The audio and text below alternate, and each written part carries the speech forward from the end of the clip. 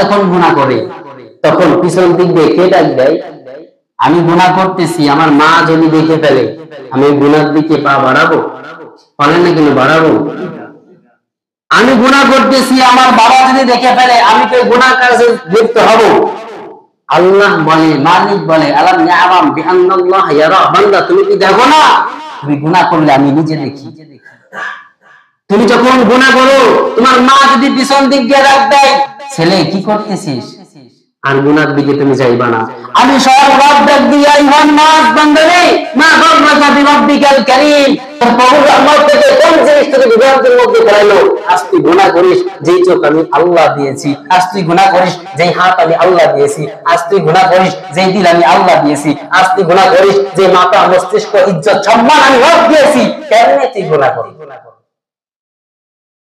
আর বান্দা যখন গুনাহ করে 3 নম্বরে গুনাহ লিখে ফেলে কে বলেন? ফেরেশতারা গুনাহ লিখে ফেলে।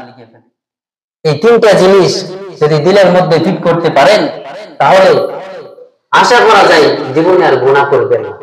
এই জন্য রমজান মাস শয়তানকে বন্দী করে রাখা হয়। এই সময় যদি নিজেকে পরিবর্তন না করতে পারেন, বলেন আর কবে করবেন পরিবর্তন? যেই মাসে আল্লাহ তাআলা শয়তানকে বন্দী করে ফেলে সেই মাসে আপনি পরিবর্তন হতে পারলেন না, তো কোন মাসে পারবেন পরিবর্তন হতে? পিছন দিক দিয়ে রব্বে কারীম বান্দা গুনাহ করলে ডাক দেয়, ইয়া আইয়ুহান নাস মা গররাকা বিরব্বিকাল কারীম। কে ডাক দেয় পিছন দিক দিয়ে? কারীম ডাক দেয়। আগে তো বলছি মালিক তাকে বলে, এখন শুনেন কারীমের ওজনটা কি। বান্দা যখন গুনাহ করে পিছন দিক দিয়ে কারীম ডাক দেয়, ইয়া আইয়ুহান নাস মা গররাকা বিরব্বিকাল কারীম, বান্দা রে তুই গুনাহ করতেছস, কোন জিনিস তো দয়ালু প্রভু থেকে পথভ্রষ্ট করে ফেললো। কারীম বলা হয় তাকে না চাইতে সবকিছু দেয় সে, বলেন সুবহানাল্লাহ। কারীম কাকে বলে? না চাইতেই দিয়ে দেয়। সে কি কারীম?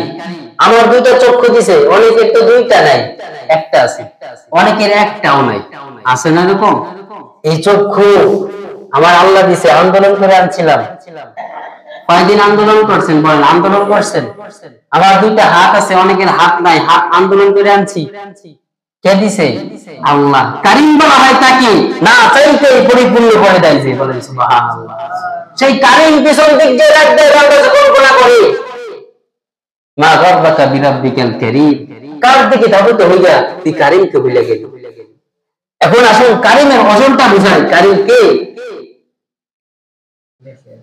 আল্লাহ এবং তার রাসূলের পরে সবথেকে বেশি ভালো কে বাসে সন্তানকে? মা। মা বাসে না? আল্লাহ এবং রাসূলের পরে সবথেকে বেশি ভালো কে বাসে? মা। মা সবথেকে বেশি ভালোবাসে। সন্তান যখন মারা যায় তখন মা কাঁদে কিনা? কাঁদে। বাবা কাঁদে কিনা? কাঁদে। বাবাও কাঁদে, মাও কাঁদে। কিন্তু ওই বাবা চাইলে সন্তানের খাটিয়া ঘাড়ে নিতে পারে,